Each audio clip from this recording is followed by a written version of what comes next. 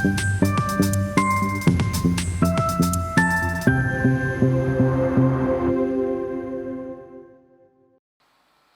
a todos, mi nombre es Nayibe Chiocho. Voy a hablarles sobre la ponencia Interfaces cerebro-computador basadas en potenciales evocados visuales en estado estacionario para aplicaciones en brazos robóticos, una revisión, en coautoría con el doctor Eduardo Quiles, el profesor Johan Barragán y el ingeniero Diego Andrés Carvajal.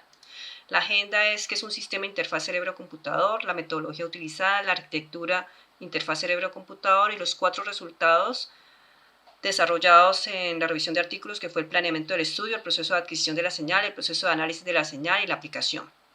¿Qué es un sistema interfaz cerebro-computador? Brain Computer Interface es un término que fue concebido en 1973 por Vidal y describe un sistema en el cual se puede establecer la comunicación de las señales cerebrales con el entorno. Tenemos que hay diferentes tipos de BCI, como activo, reactivo y pasivo, y podemos diferenciarlos en cuanto al patrón de señal cerebral, que son potenciales evocados de estado estacionario, P300, eventos de sincronización o desincronización y potenciales corticales lentos. La modalidad del estímulo es visual, auditivo, táctil o autorregulado. La estrategia de operación puede ser de atención selectiva o de esfuerzo cognitivo.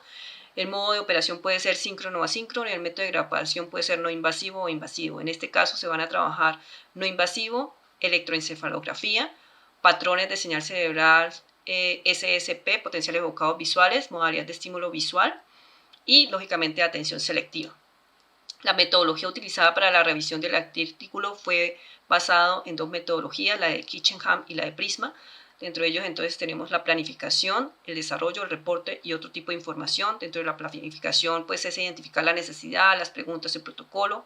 El desarrollo fue la búsqueda de la base de datos, la eliminación de artículos duplicados, el filtrado por título resumen, la lectura de título y resumen, la extracción de la información y el filtrado de artículos relevantes.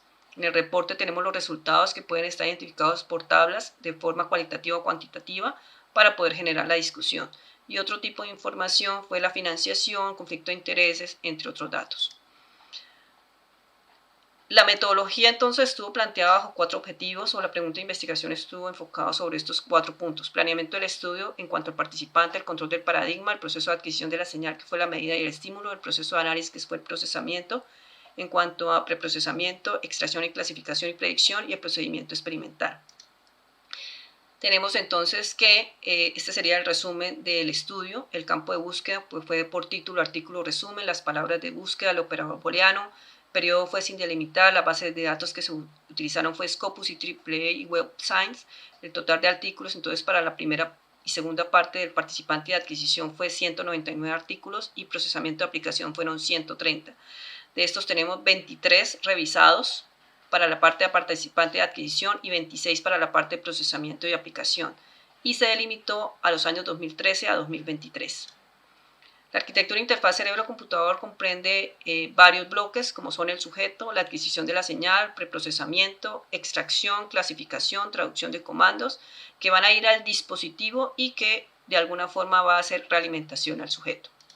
Tenemos entonces que en los resultados, el primer resultado que es el planeamiento del estudio, vamos a tener que ubicar permisos y seguridad, factores de inclusión, factores de exclusión de las participantes, pruebas o cantidad de participantes y condiciones del procedimiento experimental.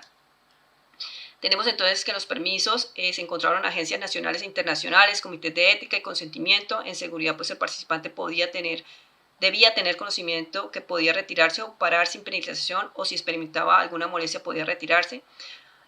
Factores de inclusión, edad, sexo, nivel académico. Factores de exclusión pueden ser embarazo, adicción a las drogas, enfermedades neurológicas, migrañas. Pruebas o preguntas adicionales como test visuales, pruebas psicológicas, subjetivas, cuestionarios de estadísticas, y otros podían ser, por ejemplo, determinar si había compensación académica o económica. La cantidad de personas que participaron fueron entre 1 a mayor a 21. Tenemos que el rango mayor estuvo entre 2 y 15. Y el procedimiento experimental pues debían considerarse elementos iniciales como la relajación, el ajuste de la mentalidad y la familiarización con la escena experimental y con una demostración previa. Para la segunda parte de resultados, que es el proceso de la adquisición de la señal, hay que tener en cuenta que la adquisición debemos tener elementos de hardware y software, que va a ser relacionado con el estímulo. En esto vamos a tener que la interfaz a utilizar puede ser de diferente tipo, puede ser una Enovio, puede ser una Emotive, una GTEC, que los tipos de electrodos pueden ser húmedos o secos, que la cantidad de electrodos es variable entre 6 a 64, el sistema de ubicación también varió de 10-10 o 10-20 y la tasa de muestreo fue entre 128 a 2000 Hz. La ubicación de los electrodos estuvo, la mayoría tiene ubicación en la parte occipital, pues con combinaciones occipital frontal, temporal, occipital parietal o una combinación de occipital parietal central. El estímulo como tal, tenemos entonces diferentes características como son la visualización, que puede ser un monitor LCD o CRT, una tableta LED o monitor LED. El tipo de estímulo puede ser cuadrado, rectángulo, tablero de ajedrez o gráficos simples como flechas, cilindros, esferos. La cantidad de estímulo varió entre 3 a 48.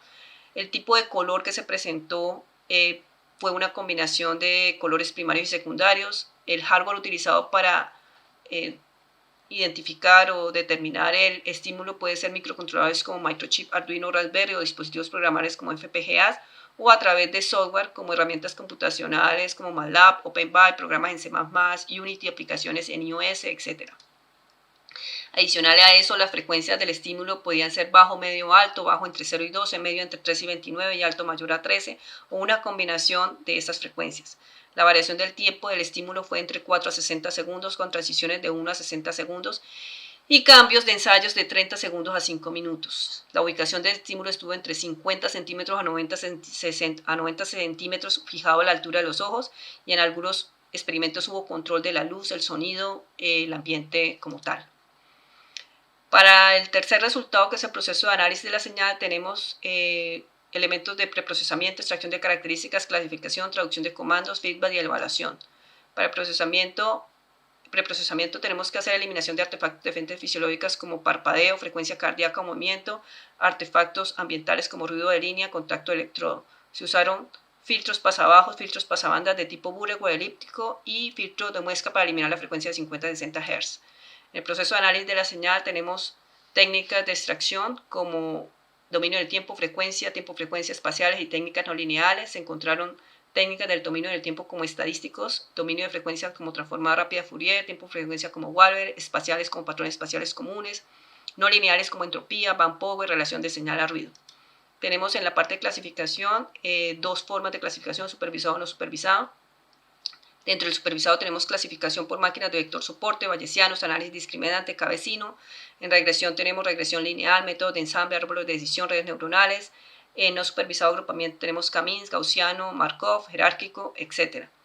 Para los artículos se encontró entonces, que la clasificación, pues la idea es transformar la señal cerebral en comandos. El objetivo es asignar una etiqueta de clase a un conjunto de características extraídas de la señal y esa etiqueta es la intención del usuario equivalente al tipo de frecuencia del estímulo visualizado. Los utilizados fueron entonces correlación canónica, máquinas de vector soporte y análisis discriminante lineal. La traducción de comandos pues es para controlar la aplicación y eso se hace emitiendo una acción correspondiente a la frecuencia identificada por el usuario. La evaluación permite identificar la respuesta del sistema BCI, que estuvo en un rango entre 30 al 100% con una variación de tareas entre 1 y 25. Finalmente, la aplicación, que fue enfocada a brazos robóticos o manipuladores, las diferencias que encontramos fue en agarrar elementos o realizar alguna intención de expresión, asistencia con entorno para comer, agarrar cosas en forma general, sistemas híbridos con sillas eléctricas o para escribir o con realidad aumentada. De las conclusiones tenemos que se revisaron 49 artículos publicados en los años 2013 a 2023. Se recomienda que en el planeamiento del estudio se aplique un cuestionario inicial, un cuestionario en el transcurso del experimento y un cuestionario final. La cantidad de personas varió entre 2 a 15 y con un promedio de 11 participantes. El proceso de adquisición de la señal, pues hay que tener en cuenta el diseño del estímulo. La mayoría de los electrodos fueron ubicados en la parte occipital y occipital parietal. El estímulo pues tuvo mayor relevancia fue el monitor. Trabajaron con tipo cuadrado. El rango de esos estímulos estuvo entre 1 y 20 y las frecuencias que más trabajaron fueron entre bajo y bajo medio. Para el proceso de análisis de la señal, en el procesamiento se usaron filtros pasabanda y filtro notch. La extracción de características estuvo definida en mayor cantidad por una transformada de Fourier, una señal a ruido y una densidad de potencia, y a nivel de clasificación pues se trabajó con CCA, LDA y SVM. Finalmente, pues en el artículo de grandes retos de la ciencia robótica tenemos que las interfaces cerebro-computador son una de las áreas en las cuales se pueden desarrollar proyectos. Muchas gracias.